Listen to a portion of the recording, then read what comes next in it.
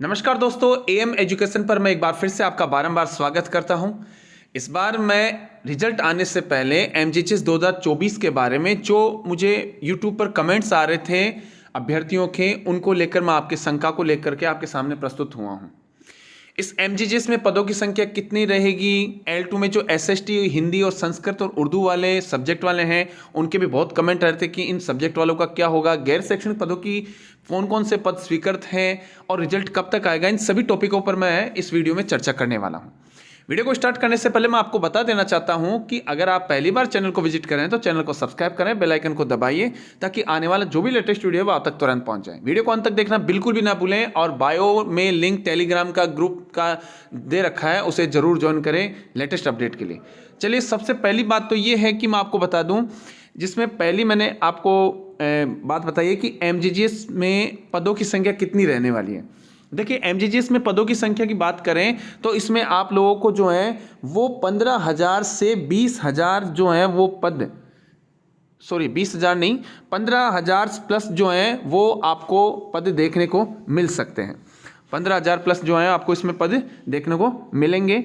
दूसरा जो कन्फ्यूजन है वो है L2 में एसएसटी हिंदी संस्कृत और उर्दू वालों का क्या होगा। तो मैं सबसे पहले तो उर्दू वालों की बात बता देता हूं कि उर्दू का पद स्वीकृत है, परंतु कुछ विद्यालयों में उर्दू के पद स्वीकृत हैं और कुछ विद्यालयों में उर्दू के पद स्वीकृत नहीं है। तो जहां उर्दू के पद स्वीकृत है उन विद्यालयों की सूची जो है काउंसलिंग में उर्दू के अभ्यर्थी हैं उनके लिए ये ओपन होगी।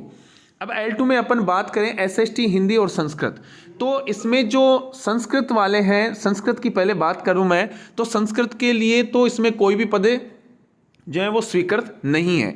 होने में तो एसएसटी और हिंदी के भी पद स्वीकृत नहीं है, केवल उसमें केवल गणित के और इंग्लिश के, गणित और इंग्लिश इन दोनों विषयों के ही पद L2 में स्वीकृत हैं।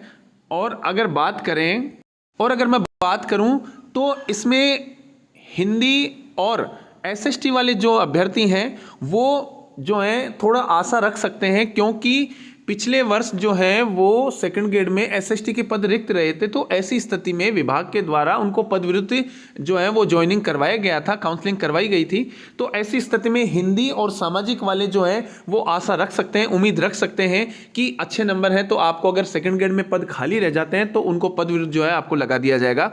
परंतु संस्कृत वालों के लिए कोई यहाँ पर चांस नहीं रहेगा। मैं ये कहते हुए आपको बुरा भी लगेगा, परंतु संस्कृत से जो भी अभ्यर्थियों ने इस परीक्षा में शामिल हुए हैं उनका होना न होना कोई मतलब की बात नहीं रहेगी। और रही बात उर्दू के, तो उर्दू के जहां पद स्वीकृत रहेंगे वहां उर्दू को स्कूल जो है वो ओपन होगी।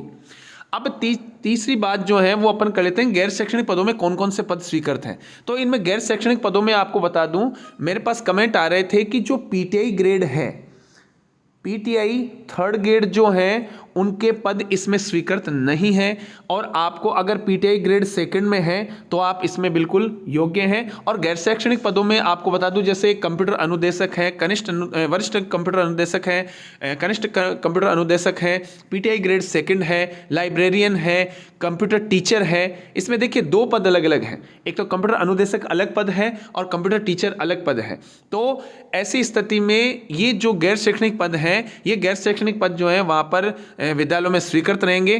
परंतु पीटीआई ग्रेड थर्ड के जो अभ्यर्थी हैं वो इसमें आशा कम रखे, उम्मीद कम रखें कि हमारा चयन हो जाएगा, क्योंकि जब तक विभाग के द्वारा पद ही स्वीकृत नहीं किया जाएगा तो आपको पदस्थापन करना भी बहुत ही मुश्किल का बात रहेगा।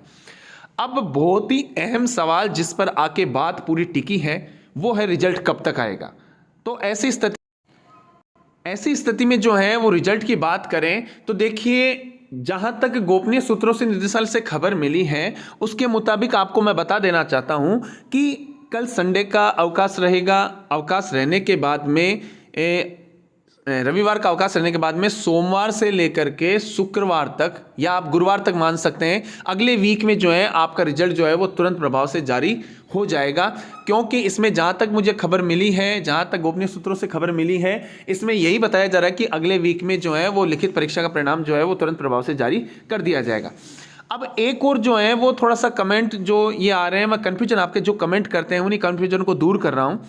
एक कन्फ्यूजन ये भी आ रहे हैं कि सर इसमें जो गैर शैक्षणिक पद हैं उनमें आप जो है वो 40 जिसके नंबर आ रहे हैं वही क्या पास हो जाएंगे। तो मैं आपको बता देना चाहता हूँ गैर शैक्षणिक पदों को जो है वो पिछली बार कोई भी लिखित परीक्षा का आयोजन नहीं किया गया था। इसमें आपको एक शर्त लगाई गई थी कि जो गैर शैक्षणिक पद हैं उनमें केवल इंटरव्यू के आधार पर जो है इनको लिया जाएगा, परंतु जो है वो इंटरव्यू भी नहीं हुआ और लिखित परीक्षा भी नहीं हुई। तो पिछली बार जो है वो गैर शैक्षणिक पद जो हैं वो लगभग ऑलमोस्ट सभी खाली हैं।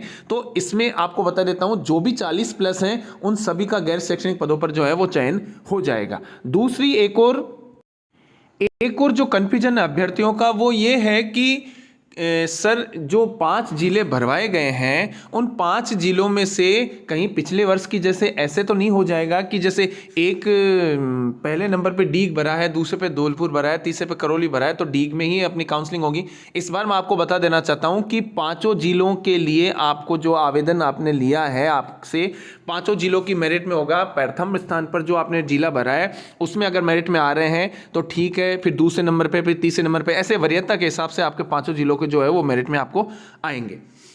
अगला जो है एक प्रश्न ये है कि अंतिम कन्फ्यूजन जो है वो मैं आपको बता देता हूं कि कमेंट जो आ रहे थे उसके हिसाब से कि ये एमजीजेस पर भर्ती परीक्षा जो है वो खड्डे में गिर गई है, अब ये पूरी नहीं होगी, ऐसे कुछ कमेंट आ रहे थे। मैं आपको बता देना चाहता हूँ धैर्य रखिए। जब 2 से ढाई महीने का आपने धैर्य रखा है तो कुछ दिन का, एक सप्ताह भर का धैर्य और रखिए। निश्चित रूप से आपके लिए बेहतर प्रयास किया जा रहा है। जो इसके समर्थक हैं, जो इसका आपके लिए प्रयास कर रहे हैं, निस्वार्थ भावना से आपके लिए प्रयास कर रहे हैं और बहुत ही अच्छा उम्दा प्रयास कर रहे हैं। निश्चित रूप से उनका प्रयास जो है असफल नहीं होगा। आज के लिए ये इतनी सी खबर थी आपके लिए। तो ऐसा ही लेटेस्ट वीडियो जानने के लिए मेरे चैनल को सब्सक्राइब करें, बेल आइकन को दबाइए ताकि आने वाला जो भी लेटेस्ट वीडियो वो आप तक तुरंत पहुंच जाए। और एक चीज़ और आपको बता देना चाहता हूं कि जैसे ही रिजल्ट आएगा आपको पोस्ट के माध्यम से या फिर यूट्यूब के वीडियो के माध्यम से आपको सूचित कर दिया जाएगा। तब तक के लिए आप धैर्य बनाए रखें। किसी भी व्यक्ति को उल्टे सीधे सोशल मीडिया पर कमेंट ना करें, इससे आप ही का नुकसान हो सकता है। धन्यवाद।